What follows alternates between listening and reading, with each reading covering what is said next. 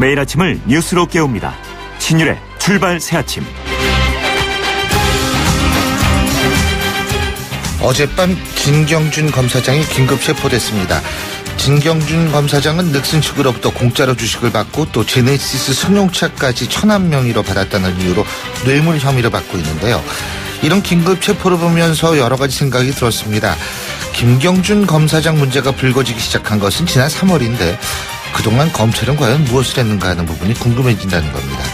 7월 6일 특별검사가 임명되고 10일 만에 김경준 검사장의 추가 의혹이 제기되고 급기야 긴급 체포되는 상황까지 벌어졌다는 사실을 감안하면 수개월 동안의 검찰 수사는 과연 어느 정도 효과적이었는지에 대해서 의구심을 가질 수밖에 없다는 얘기입니다.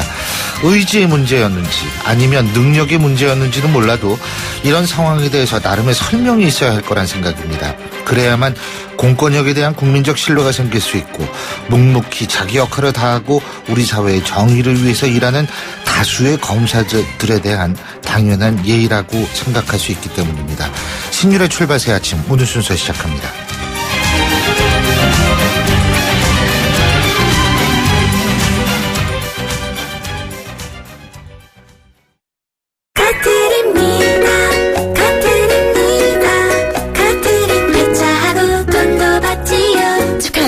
폐차하고 보상금 받은 당신도 재활용으로 건강해진 자연도. 돈도 벌고 자연도 지키는 폐차 브랜드 카트리. 1522-5454 카트리로 폐차하세요. 1522-5454.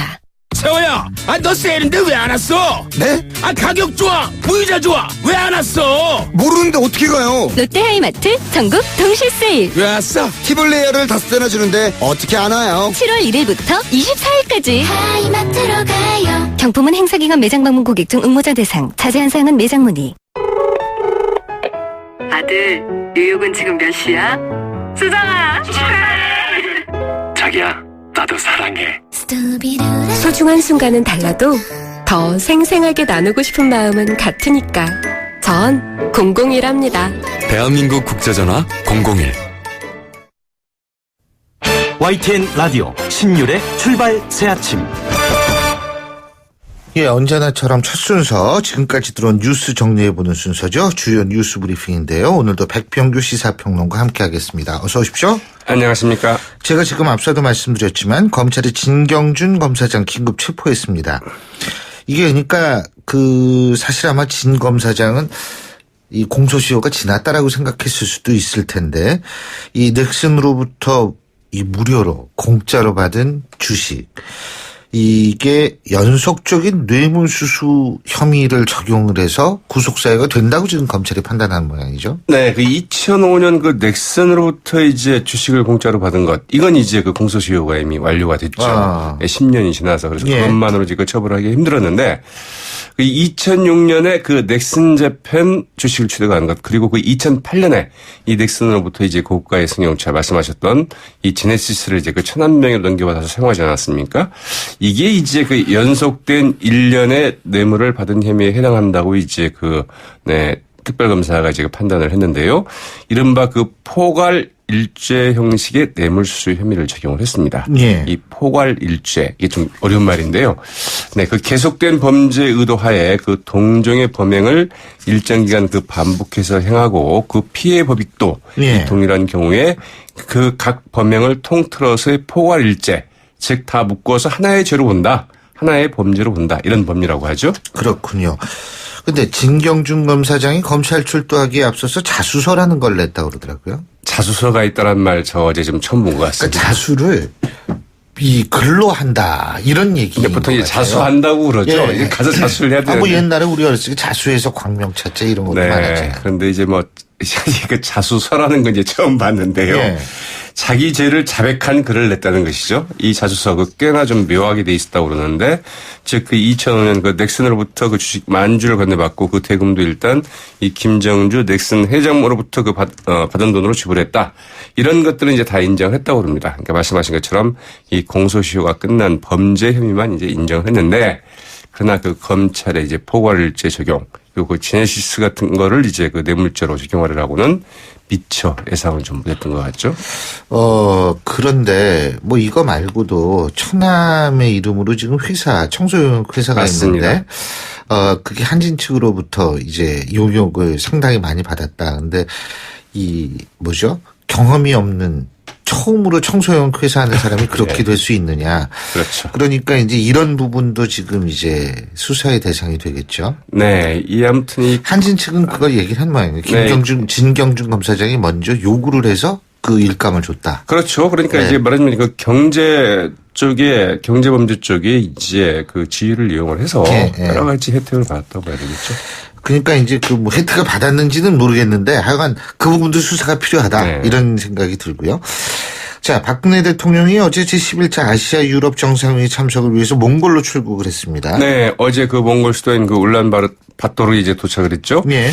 이 고고도 미사일 방어 체계, 그 사드의 그 한반도 배치 결정 이후에 그 첫 다자 외교 무대여서 이제 그 관심이 쏠리고 있는데요. 예. 사드 배치에 반발해온 그 중국에서는 그 리커창 총리가 이제 참석을 하죠. 청와대는 어제 박 대통령과 리 총리 양자 회담 계획은 없다고 이제 공식적으로 밝히기도 했고요. 사드 배치 그리고 또 이제 중국의 남중국해 영유권 주장을 배척한 이 상설중재재판소의 판결이 나온 직후 아니겠습니까? 네. 이래서 이제 한중일 삼국 정상이 모이는 자리에서 이제 주목이 되긴 하는데 그러나 아마도 이 한중일 새 정상 상당히 좀 이번에는 서먹한 이런 관계를 좀 유지할 것 같습니다. 자, 국내 정치 얘기인데 김무성 전 대표 말이에요. 새누리당. 어제 사람들 많이 모아놓고 그래서 이게 대선식이냐 이런 얘기 나왔던 모양이에요. 사실상 대선 출마를 선언한 게 아닌가 싶기도 해요. 헷갈려요. 어제 서울 영등포구 당산동의 그랜드 컨벤션 센터에서 무려 지지자 1,200명과 자리를 함께 했는데 이 자리가 재미있습니다. 전당대회 승리 2주년 기념 행사입니다. 네, 이미 전당대회가 이제 코앞으로 다가와 있는데요. 예. 네. 과거 본인이 당대표 됐던 전당대회. 맞습니다. 네. 이런 거 기념하는 건 아주 희귀한 경우인데. 이것도 이제 처음 봅니다. 예. 자수서 이런 거 새로운 게 굉장히 많습니다. 이 김무성 전 대표, 이 심각한 양극화를 초래하는 신자유주의식 자본주의 폐해를 더 이상 방치해서는 안 된다. 이렇게 또 목소리를 높였다고 그러죠. 그러면서 자신이 선봉에 설 테니. 지금 여당 대표 맞죠? 여당 전 대표입니다. 네. 전 대표. 네. 그래서 저는 또 이분이 이상하다. 대구에 계신 분이 여기 나타나셨나 이런 생각도 들던데요. 다시 한번 힘을 좀 모아달라 이렇게 요청을 하기도 했는데요. 지지자들 김무성 전 대표의 이름을 연호하면서 호응을 했는데 마치 대선 출정식 같았다는 이제 스케치죠. 김무성 전 대표 4.13 총선 후 석 달 만에 운동 행보를 접고 이제 본격적으로 이 정치 무대에 이제 복귀를 한 것만은 분명해 보입니다. 예. 근데 김무성 전 대표 같은 게 제가 헷갈리는 게 대선에 나가려고 하는지 개헌을 주장을 하는지 개헌형 한다면 오스트리아식 의원 집정부제라고 본인 표현은 그거였어요. 오스트리아식 의원 내각제입니다. 사실은 그 얘기를 하지 않았습니까? 맞습니다. 근데 개헌 얘기 그럼 대선에 나가겠다는 거예요? 개헌을 하겠다는 거예요? 둘 다 아닐까요? 해서 그런 부분이 좀 있는 것 같은데요. 예. 어떤 김무성 전 대표는 이 제왕적 대통령제를 바꿔야 된다. 이러면서 어제 공개적으로 개헌 주장을 폈는데요. 미리 준비한 원고에는 없던 얘기라고 하죠. 김무성 전 대표. 이 말을 하면 또 파란이 일 것 같다면서 꼭 드리고 싶은 말씀이 있다. 이 제왕적 대통령 권력 체계를 바꿔야 된다. 이러면서 개헌 필요성을 이제 주장을 했습니다. 여야 간의 극한 대립의 정치를 좀 끝내야 될 때다.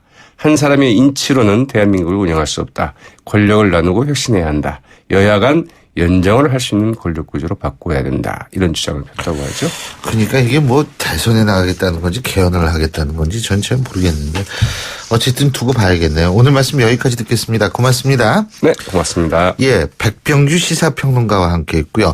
자, 5036님 이런 질문해 주셨어요. 오프닝 음악 제목은 무엇인가요? 이런 질문을 해 주셨는데 이거는 제가 신율의 출발새 아침 벌써 맨 처음 시작할 때 그때 PD였던 김혜민 PD하고 무슨 음악으로 할까요? 그래서 제가 이 음악을 골랐습니다. 본드라는 아티스트가 있어요. 본드라는 아티스트의 빅토리라는 연주곡입니다. 제가 평소에 상당히 좋아하는 것뿐만이 아니고 시사 프로그램 같이 약간 박력이 필요하면서도 우울한 그런 측면이기 때문에 이 노래를 했는데 마음에 드셨는지 모르겠습니다. 자, 오늘 백병규 시사평론가님 보내드려야죠. 고맙습니다. 네, 고맙습니다.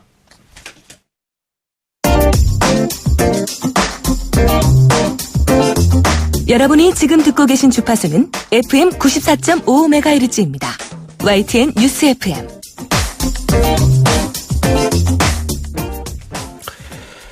고고도 미사일 방어 체계, 그러니까 사드가 경북 성주에 배치되는 것으로 최종 결정이 났죠. 이 사드 배치의 필요성, 부지의 적합성, 부작용 이런 논란 지금 뜨거운데요. 자, 이번 결정의 주체 중에 하나라고 할 수 있죠. 국방부 직접 연결해서 입장 들어보겠습니다. 국방부 류재승 국방정책실장 전화 연결합니다. 실장님 안녕하십니까? 네, 안녕하세요. 예. 신율 교수님 수고 많으십니다. 아유, 감사합니다. 네. 이렇게 또 아침부터 인터뷰해 주시니까 제가 고맙죠. 자, 우선 경북 성주로 결정하게 된 이유부터 설명을 해 주시죠. 왜 그러냐 하면 성주, 어제 저희가 이완영 의원하고도 인터뷰를 했는데 미군 부대에 있는 지역에 한다고 그랬는데 왜 갑자기 우리 지역이냐 이런 얘기가 나오거든요. 자, 설명해 주시죠. 그 미군 부대에 있는 지역이라는 것은 아마 오해가 된 것 같습니다. 예. 그런 미군 부대라는 표현보다는 주한미군에 사드 체계가 배치될 것이다라는 말씀을 드렸는데 예. 그 의미는 주한미군이 보유하고 주한미군이 운영하게 될 무기 체계라는 것이었고요.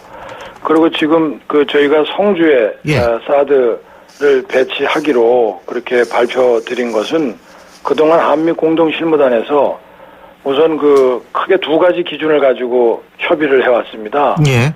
사드의 군사적 효용성이 극대화될 수 있는 곳이 어디냐. 예. 그리고 이거보다 더 중요한 기준은 주민의 안전을 가장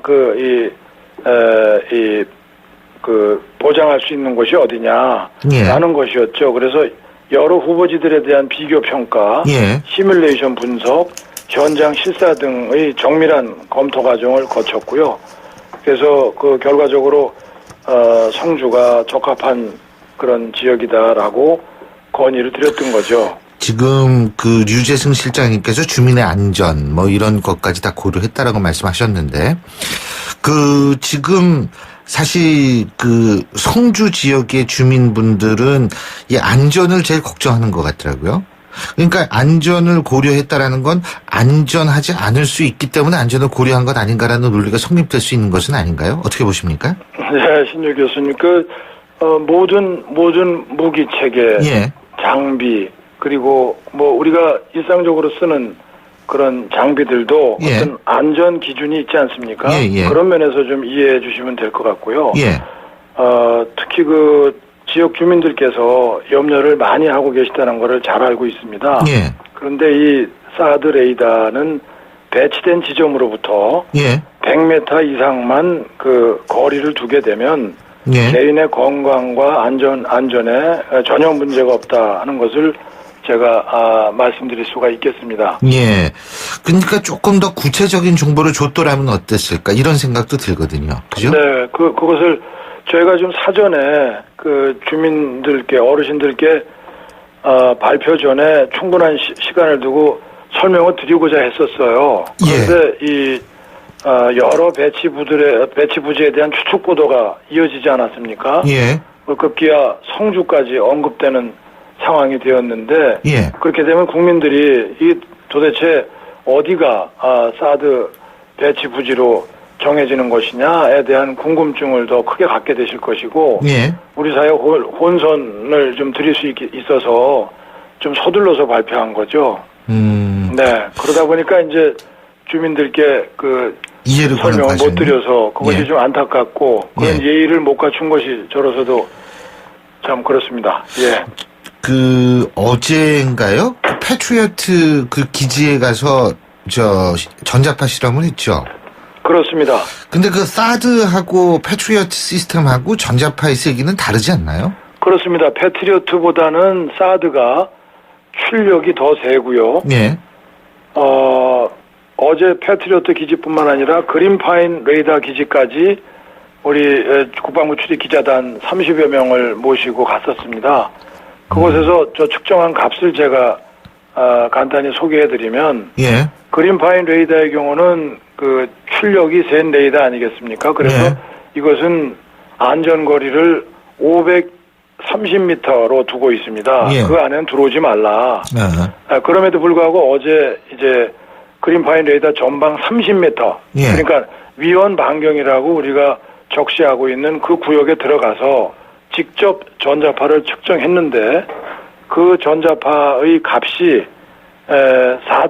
그러니까 국내 전파법상 기준하고 있는 그 기준보다 4.4% 기준에 비해서 4.4% 수준이었다. 그러니까 유해가 100이라고 했을 때 지금 거긴 4.4만 나온다 이 말씀이시잖아요. 그렇죠? 유해가 100이 아니라 그 기준 100까지는 된다라고 했을 때 허용이 되는데 4.4만 나왔다 이 말씀이시잖아요. 그렇습니다. 그렇죠? 그래서 모든 무기 체계나 장비 운영에 있어서 저희가 적용하고 있는 기준은 아주 엄격하고 보수적인 기준이고 그 월스트 케이스를 상정해서 그렇게 적용하고 있다는 말씀을 제가 드릴 수 있겠습니다. 근데 미국은 괌 같은 경우에 3km 바깥에부터 민가가 있다고 그러던데요.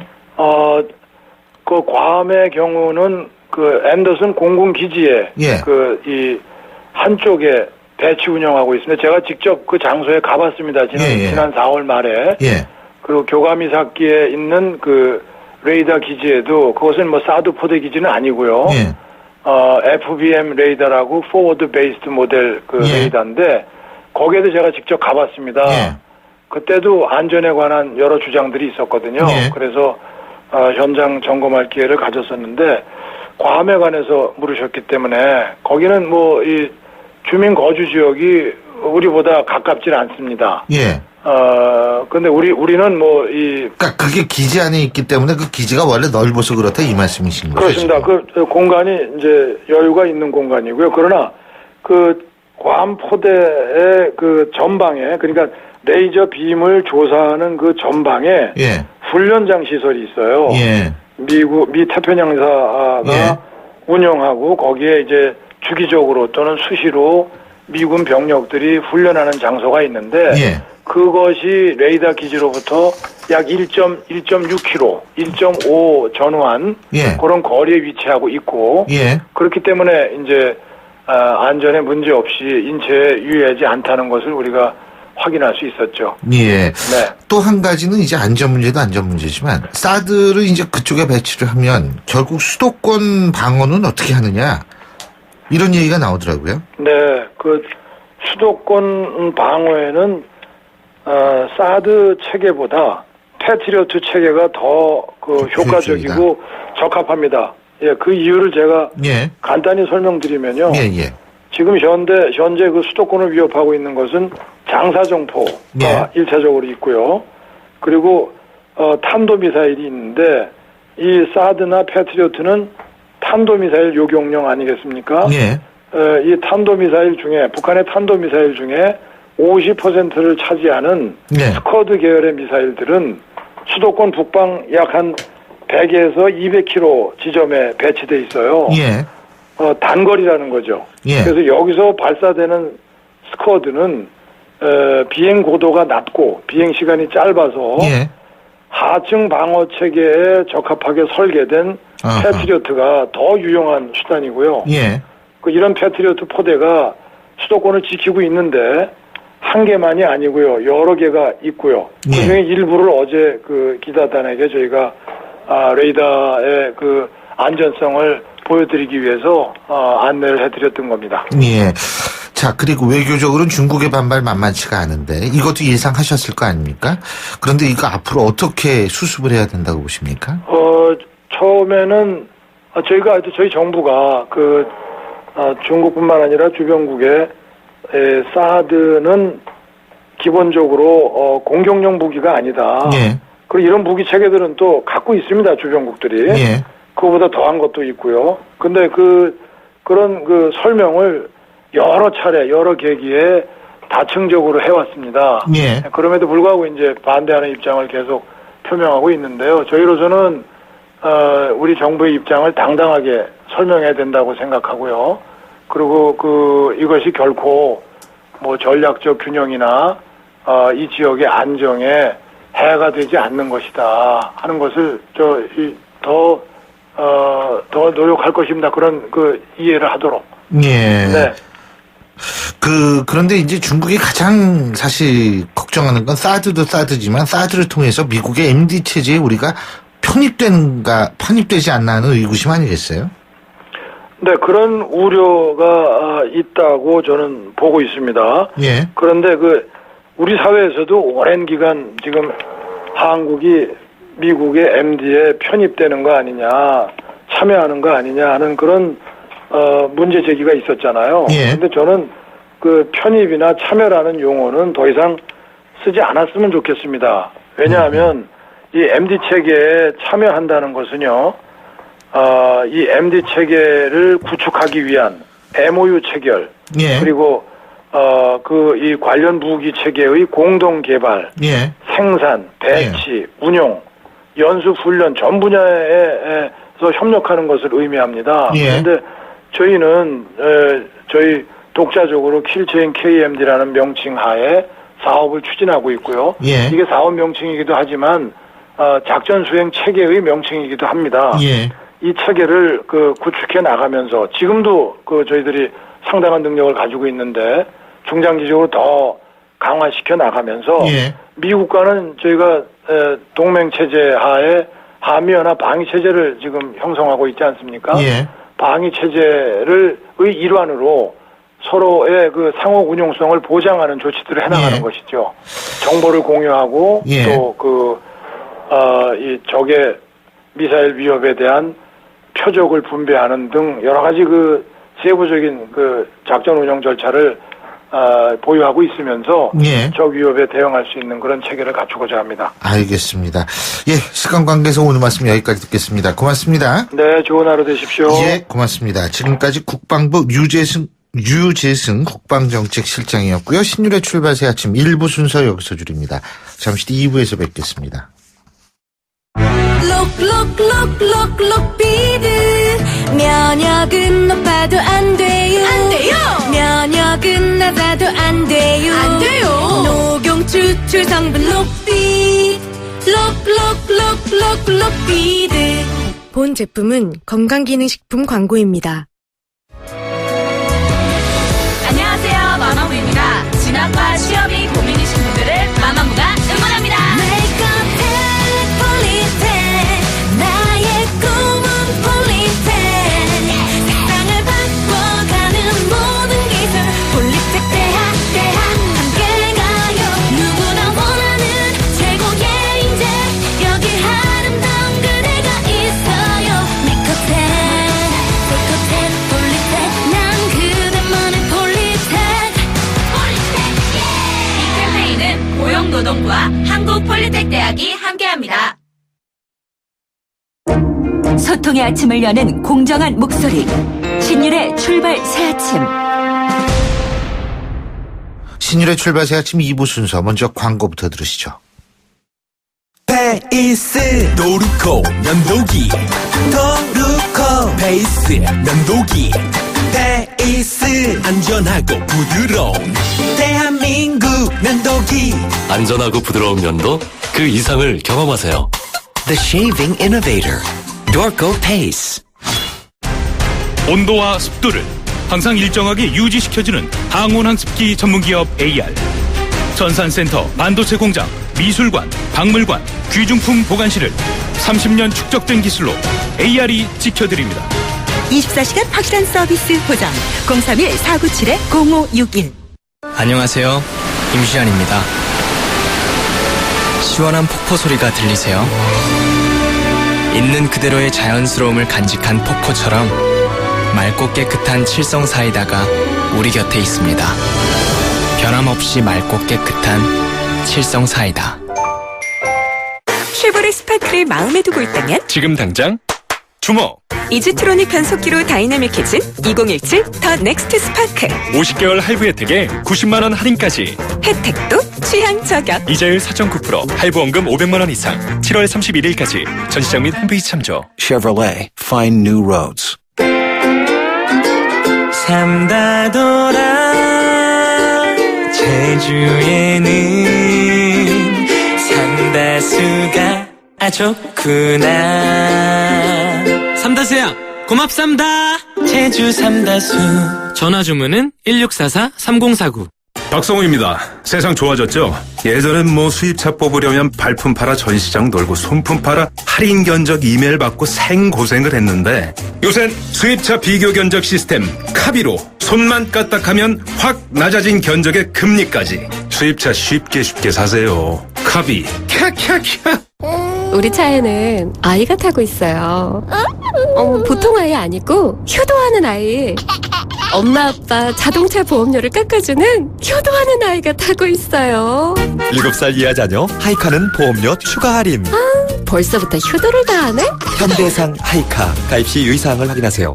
안녕하세요. 이서진입니다. 똑똑하고 단단한 금융을 만나고 싶을 땐 이렇게 부르세요. 똑똑똑 DGB 딴딴딴 DGB 금융을 똑똑하게 잘하니까 행복을 단단하게 잘 키우니까 앞으로가 자꾸 기대되는 금융 더 가까이 더 큰 혜택 DGB 금융그룹. 예, 금요일 아침입니다. 벌써 금요일이 됐네요. 그러고 보니까. 금요일 아침에 자동차 많이 밀리죠. 얼만큼 밀리는지 알아보겠습니다. 7시 39분 22초입니다. 김재윤 캐스터. 네, 출발새 아침 교통정보입니다. 전체적으로 구간 정체가 이어지고 있는 상황인데요. 청담대교 북단에서 남단 쪽으로 남단 부근 1차로에서 추돌 사고가 있었는데 10분 전쯤에 처리 작업 끝이 나면서 뒤쪽으로 속도 회복이 되고 있습니다. 다만 이어지는 분당 수서로 도심 쪽으로는 수서에서 탄천까지 구간 정체가 남아있고요. 또 다른 한강다리 중에서는 행주대교가 북단에서 남단 쪽으로 중간 지점 3차로에 고장차가 있다니 현장 제보니까 미리 유의해서 이동을 하시기 바랍니다. 이 서부간선도로 전 시간에 비해 교통량 부쩍 늘었습니다. 도심 쪽으로는 고척교에서 목동교까지, 외곽 쪽으로는 양평교에서 오목교, 철산대교에서 금천교까지 밀리고 있고요. 이 주변의 국회대로도 여의도 쪽으로 신월에서 목동교 지날 때까지 속도 내기가 어렵습니다. 내부순환도는 성수동 쪽으로 홍제램프부터 홍주문터널까지 짧게 밀리고 있고 성산대교 쪽으로 이동하는 길은 기름램프부터 정릉터널까지 구간 서행입니다. 출발새 아침 교통정보였습니다. YTN 라디오 신율의 출발 새 아침. 새누리당의 새로운 지도부를 뽑는 전당대회 이제 한 달도 안 남았죠. 예전에는 이게 당대표 선거 이렇게 쭉 하면은요. 당대표 선거를 따로 하지 않았죠, 이전엔. 최고위원 선거하다가 보면 제일 이 표를 많이 받은 사람이 이제 대표 최고위원이 되는 그런 시스템이었었는데요. 근데 이번에는 다릅니다. 당대표 따로 뽑고 최고위원 따로 뽑습니다. 자, 그래서 오늘은 최고위원에 도전하는 분들 중에 한 분 만나보겠습니다. 새누리당 이장우 의원 전화 연결합니다. 안녕하십니까? 네, 안녕하세요. 이장우입니다. 예. 자, 이번에 최고위원 출마 선언을 하셨는데 어떤 마음으로 출마하신 거예요? 우선 새누리당이 지난 총선 패배로 인해서 당이 좀 최대 위기를 맞고 있습니다. 예. 또 한편으로는 당원들의 있던 패배의식이 좀 상당히 높은 상황인데요. 예. 이런 새누리당 앞에 놓인 위기를 극복해야 된다. 그래서 반드시 정권 재창출을 해야 되는데 이러한 과제 수행을 위해서 몸을 던지겠다. 이런 각오로 나섰습니다. 예. 또 한편으로는 당을 민생을 위해서 헌신하는 당으로 완전히 쇄신해야 된다. 또 한편으로는 새누리당이 보수 정당인데 이 보수의 가치를 뒤찾기 위해서 끊임없는 성찰을 하는 혁신하는 그런 당으로 탈바꿈해야 된다. 이런 목표를 가지고 있습니다. 예. 또 한편으로는 박근혜 정부가 성공을 해야 되는데 당이 제대로 뒷받침을 해줘야 된다. 그래서 박근혜 정부의 성공 없이 어떻게 정권 재창출이 가능하겠느냐. 그래서 당이 제대로 뒷받침해야 된다. 그리고 정치개혁 또 정당개혁 나아가서 국민들로부터 공공이 적이돼 있는 국회개혁을 위해서도 앞장설 각오로 나섰습니다. 예. 자, 지금 일요일 날 말이에요. 네. 4.13 총선 참패원인 분석한 백서 발간된다고 하는데, 예? 네. 이 백서 발간과 지금 사실 우리 이 의원님께서는 친박이라고 분류가 되시잖아요. 그죠? 근데 분류들을 그렇게 합니다. 예. 그런데 혹시 우려스러운 점 같은 거 없으세요? 저는 말이죠. 예. 백서를 발간해서 지금 선거 패배의 원인을 얘기를 하는데 어제. 예. 김무성 전 대표께서 1,500명 가까이 모아놓고 식사를 했다는 거 아니에요? 예. 지금 그렇게 호화롭게 밥을 먹을 때가 아닙니다. 당 대표까지 하신 분이 그리고 어제 뭐 여러 가지 말씀을 하셨던데 아주 부적절한 말씀을 너무 많이 하셨어요. 예를 들면요.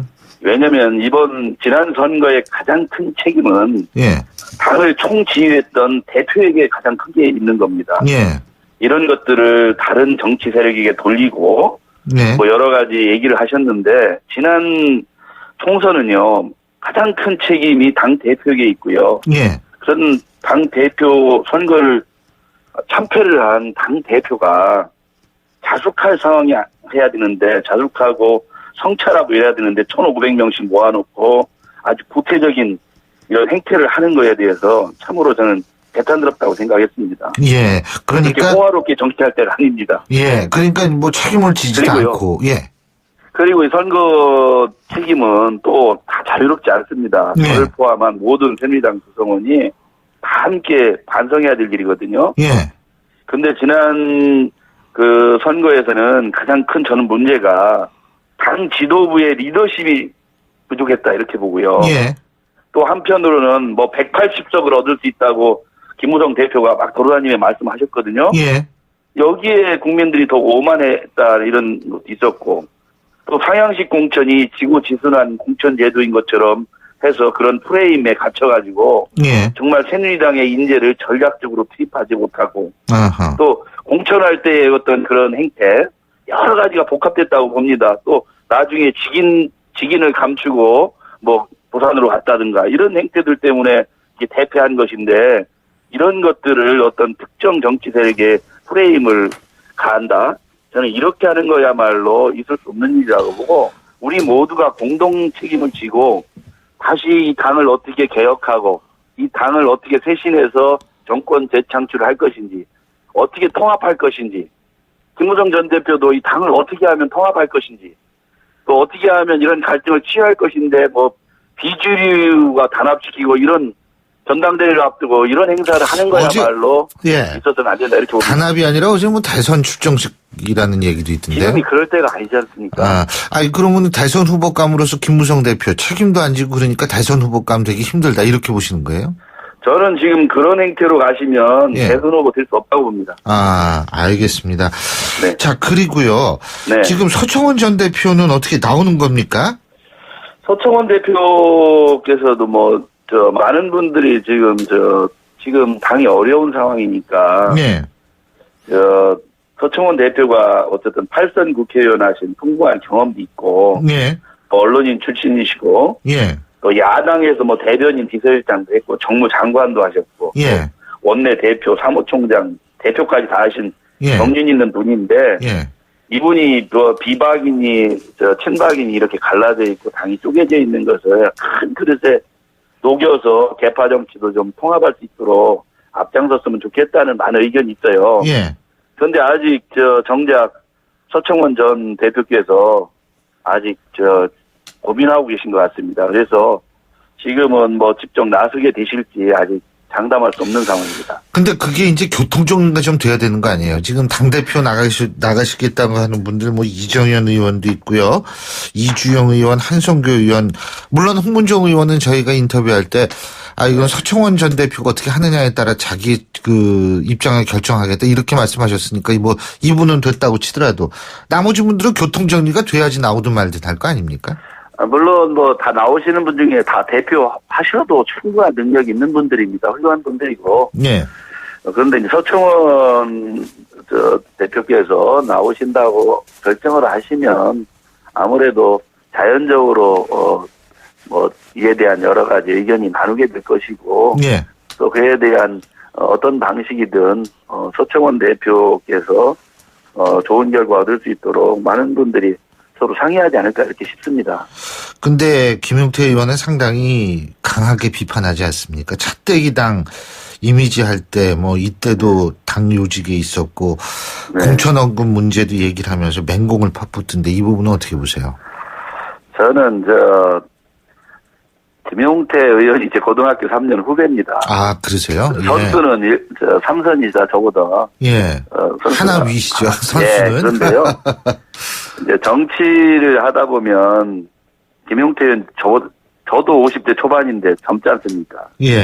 이 정치를 할 때 대표의 출마선을 한 분 입장으로 보면 비전을 내놔야 된다고 봅니다. 예. 그리고 이 당을 어떻게 개혁할지 그 목표를 내놔야 되는데 탈선 국회의원 하신 분들 본내기에 막 그렇게 험한 말을 하는 것은 정치 더 이상 안 하는 것이 좋다고 저는 제 고등학교 선배 입장에서 보면 그렇게 말씀을 해드리고 싶습니다. 예, 뭐 일부에서는 그 공천원금 문제는 사실상 정치적 문제와 상당히 얽혀 있다라는 주장도 있지 않습니까? 그러니까 이건 쉽게 접근할 수 있는 문제 아니라는 지적도 나오긴 나오더라고요. 예. 네네.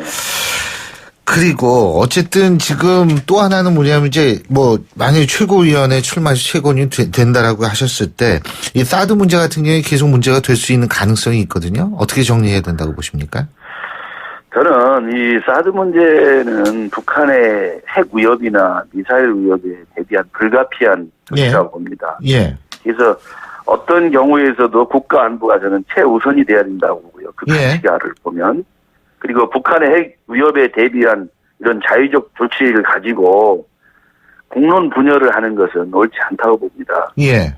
그래서 또 내 지역은 안 된다는 이기주의 이것도 안 되고요. 아하. 국익과 국가 안보 앞에서 지역 이기주의 이건 없어야 된다고 봅니다. 예. 지역 이기주의를 부추기는 정치인들도 문제가 있다고 보고요. 예. 그래서는 안 된다. 도리어 국가 안보 차원에서 이런 당위성을 국민들에게 충분히 설명을 하고 사드가 정말 그 국민들에게 여러 가지 인체에 위협되지 않는다는 것도 충분히 설명을 해야 된다고 봅니다. 예. 그럼에도 불구하고 정치인들이 앞장서 지역 갈등을 부추기고 또 지역 이기주의를 부추기는 것은 절대로 정치인들이 해야 될 일은 아니라고 봅니다. 알겠습니다. 예, 어쨌든 끝까지 선전하시기 바라겠고요. 오늘 말씀 잘 들었습니다. 고맙습니다. 네, 감사합니다. 예, 지금까지 새누리당 이장우 의원이었고요. 신율의 출발 새 아침 2부 순서 여기서 줄입니다. 전 뉴스 들으신 이후 8시 10분 3부에서 뵙겠습니다.